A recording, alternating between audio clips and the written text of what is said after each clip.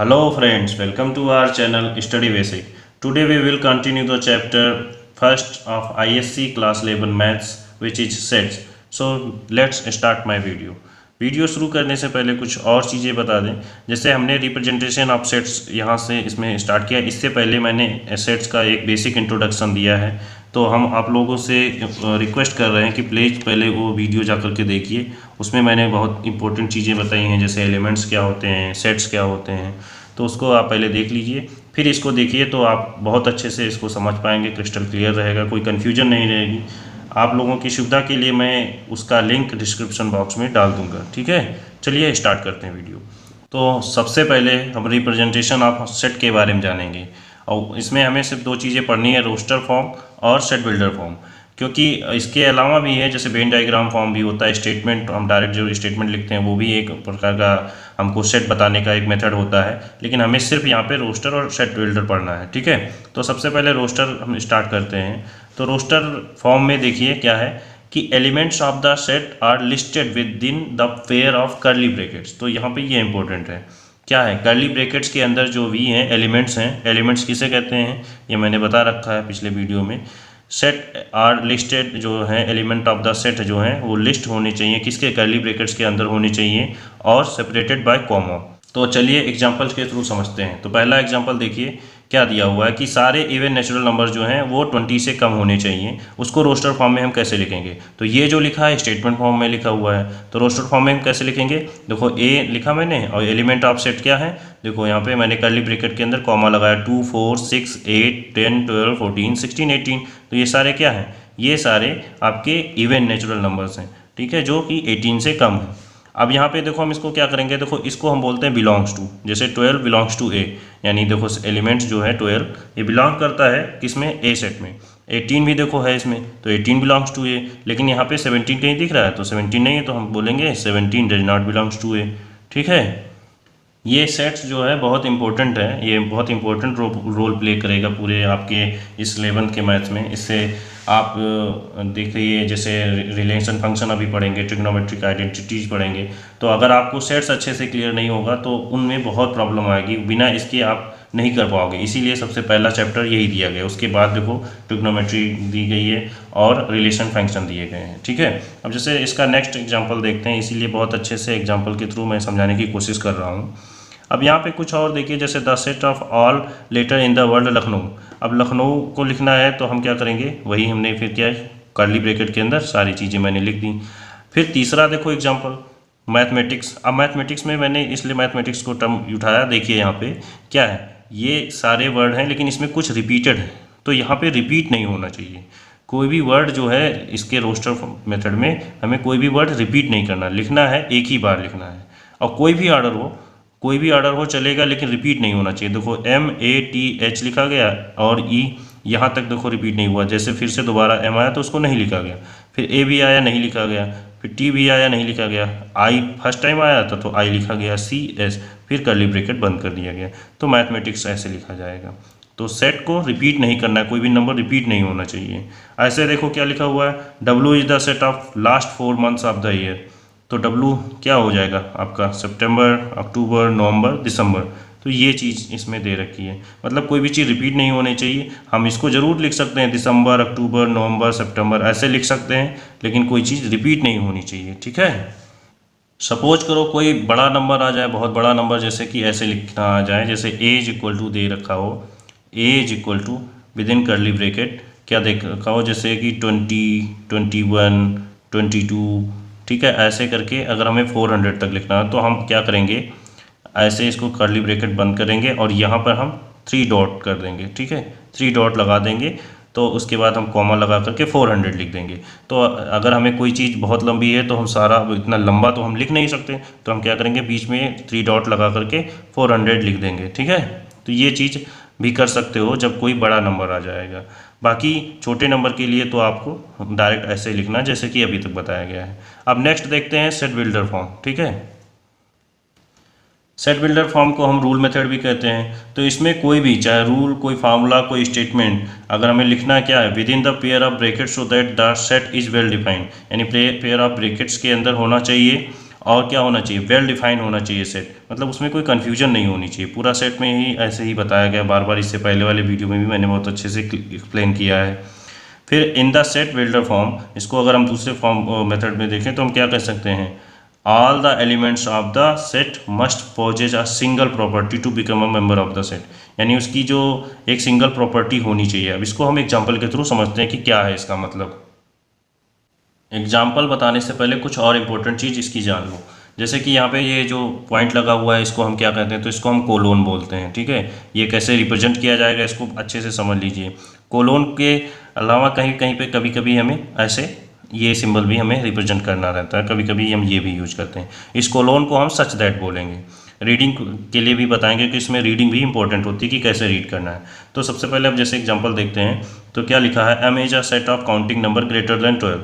अब इसको हमें सेट बिल्डर फॉर्म में लिखना है, तो हम कैसे लिखेंगे, जैसे m इज इक्वल टू ये लिख देंगे, लेकिन इसको रीड कैसे करेंगे, तो रीड करेंगे हम कि जैसे x is the set of element m such that x is a counting number and greater than 12।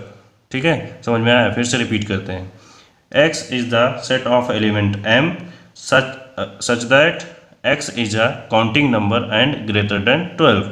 ठीक है, ऐसे यहाँ पे जैसे m की वैल्यू ऐसे भी हम लिख सकते हैं। अब देखो यहाँ पे h2 है और यहाँ पे देखो ये वाला, इसको भी हम such that ही पढ़ेंगे। इसमें भी हम वही पढ़ेंगे कि x is the set of element of m such that x is a counting number and greater than 12। तो रीडिंग आपकी इसमें आनी चाहिए, ठीक है। अब जैसे दूसरा एग्जांपल देखें तो देखो क्या लिखा है, द सेट n अब इज इक्वल टू वही दिया हुआ है 1 4 9 16 25। तो देखो क्या पढ़ा जाएगा। अब इसको हम कैसे लिखेंगे, n इज इक्वल टू, अब ये आपको दिख रहा होगा ये 1 है 4, तो ये 1 2 3 4 5 ये इसका स्क्वायर है, तो इसको हम लिखेंगे कि n। तो अब इसको हम जब रीड करेंगे तो ऐसे पढ़ेंगे, x is the set of element n such that x is the square of a natural number. तो ये समझ में आ गया होगा अच्छे से आपको, क्योंकि इसमें कोई डाउट नहीं रहना चाहिए। फिर से मैं एक बार रिपीट कर दे रहा हूँ कि इसको रीड कैसे किया जाएगा, x is the set of element of n such that x is the square of a natural number, क्योंकि यहाँ पे दिख रहा है साफ साफ कि ये नेचुरल नंबर का स्क्वायर है। ठीक है, तो ये रोस्टर मेथड इससे पहले बताया, अब ये सेट बिल्डर फॉर्म है। ठीक है, यही दो चीज़ पढ़नी है, जैसे डायग्राम मेथड भी होता है, डायग्राम मेथड आपको पढ़ना नहीं है। तो अब हम चलते हैं काइंड ऑफ सेट्स, यानी सेट्स के प्रकार कौन कौन से हैं, कौन कौन से हैं, तो ये चीज़ हम देखते हैं। हालांकि इसमें भी हमें 4 पढ़ना है, सिर्फ empty set, singleton set, infinite set और फाइनाइट सेट, ये 4 सेट पढ़ने हैं। लेकिन होते इससे भी ज़्यादा है, जैसे इक्वल और अनइक्वल सेट भी एक होता है, इक्विवेलेंट सेट भी होता है, यूनिवर्सल सेट भी होता है, पावर सेट भी होता है। लेकिन हमें यहाँ पे इतनी चीज़ें पहले अच्छे से एक्सप्लेन करनी है। एम्प्टी सेट, सिंगलटन सेट इस वीडियो में पढ़ेंगे, और इसके नेक्स्ट वीडियो में इसके आगे के जैसे फाइनाइट सेट और इनफाइनाइट सेट और उसके और आगे इंपॉर्टेंट चीज़ें देखेंगे।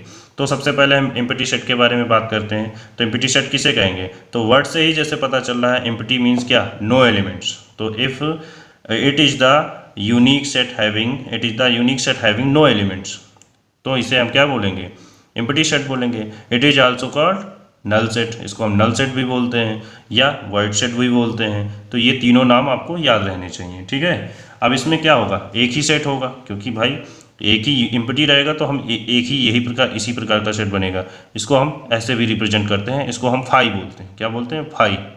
तो ये हम ऐसे भी रिप्रेजेंट करते हैं, ऐसे भी रिप्रेजेंट करते हैं। तो ये दोनों चीज़ें आपको बताना होनी चाहिए, इसका सिर्फ एक ही सेट होता है। जैसे अब ये क्या होगा एम्प्टी सेट, तो एम्प्टी सेट हम उसे कहेंगे कि जैसा कोई स्टेटमेंट लिखा रहे उस टाइप का कुछ हो ना। जैसे क्या है, the collection of natural number less than 1, तो ऐसे कोई भी नेचुरल नंबर है ही नहीं, क्योंकि नेचुरल नंबर क्या होता है, 1 से ही स्टार्ट होता है। तो उससे कम तो है ही नहीं, लेस देन 1 तो है ही नहीं कोई कलेक्शन नेचुरल नंबर का।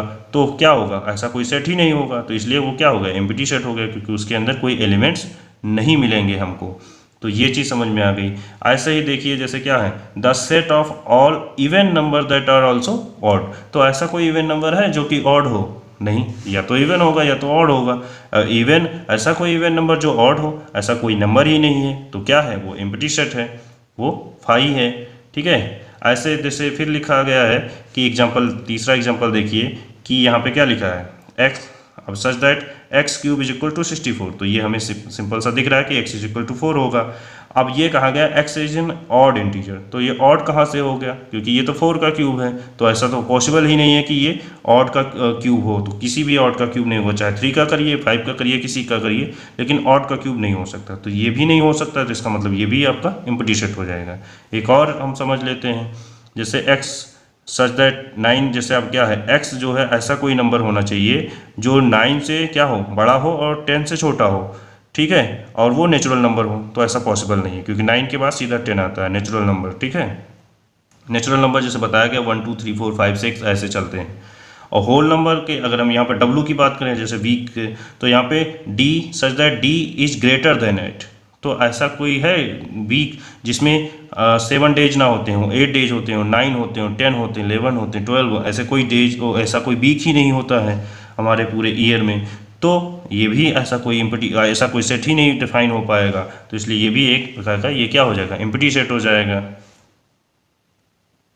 तो उसके बाद अब हम सिंगलटन सेट के बारे में बात करेंगे। तो सिंगलटन सेट क्या होगा, ऐसा सेट जिसमें सिंगल एलिमेंट हो, वर्ड से पता चला सिंगलटन यानी सिंगल, तो इसमें लगा हुआ यानी जिसमें सिर्फ वन एलिमेंट हो यानी सिंगल एलिमेंट हो, तो इसे हम यूनिट सेट बोलते हैं, क्योंकि यूनिट को भी वन बोलते हैं। तो यहाँ पे जैसे लिखा हुआ है क्या कि देखो, x is the set of element e such that x belongs to n यानी natural number and x cube is equal to 27। तो ऐसा कौन सा, x की वैल्यू क्या होती है, x क्यूब अगर 27 है तो x की वैल्यू क्या हो जाएगी, 3 हो जाएगी, और सिर्फ 3 ही होगी, ना तो 4 हो सकती, ना 2 हो सकता, ना 5 हो सकता, ना 6 हो सकता, कुछ भी नहीं हो सकता। तो यहाँ सिंपली क्लियर है कि एक ही नंबर हो सकता है, वो 3, तो ये और नेचुरल नंबर है, तो ये चीज़ आपको क्लियर हो गई, ठीक है। अब हाँ, अगर जैसे नेक्स्ट अगर देखें क्या है नेक्स्ट में, जैसे यहाँ पे जैसे अगर मैंने 0 लिख दिया, तो ये भी क्या हो जाएगा, एक प्रकार का अब ये सिंगलटन सेट दिख रहा है, क्योंकि एक ही एलिमेंट है। ऐसे तीसरा अगर देखें तो x is the capital of India, तो कैपिटल ऑफ इंडिया, अब इंडिया की कैपिटल दिल्ली है, और कोई 2 4 कैपिटल तो है नहीं, तो इसलिए सिंगल है, तो इसलिए ऐसे कोई भी एग्जाम्पल जिसका सिंगल एलिमेंट हो, यानी जिसमें सिर्फ सिंगल ही एलिमेंट बने, जैसे अगर हम सन की बात करें तो सन भी आपका पूरे हमारे सोलर सिस्टम में सिंगल यानी सिंगल स्टार जो है, यानी जो लाइट सोर्स हमें देता है वो सन है, तो क्या हो जाएगा, वो भी आपका सिंगलटन सेट में आ जाएगा, ठीक है। तो ये चीज़ आपको समझ में आ गई होगी। तो अगर ये प्लीज़ अगर आपको समझ में आई है तो प्लीज़ इसे लाइक करिए, शेयर करिए, सब्सक्राइब करिए। मिलते हैं नेक्स्ट वीडियो में कुछ और इसके इम्पोर्टेंट, जैसे अभी इसमें मैंने एम्प्टी और सिंगलटन सेट डिस्कस किया है, इसके आगे अभी हमें फाइनाइट सेट, इनफाइनाइट सेट, फिर कॉर्डिनल नंबर, ये सारी चीज़ें पढ़नी है, तो हम नेक्स्ट वीडियो में पढ़ेंगे। तब तक के लिए बाय बाय।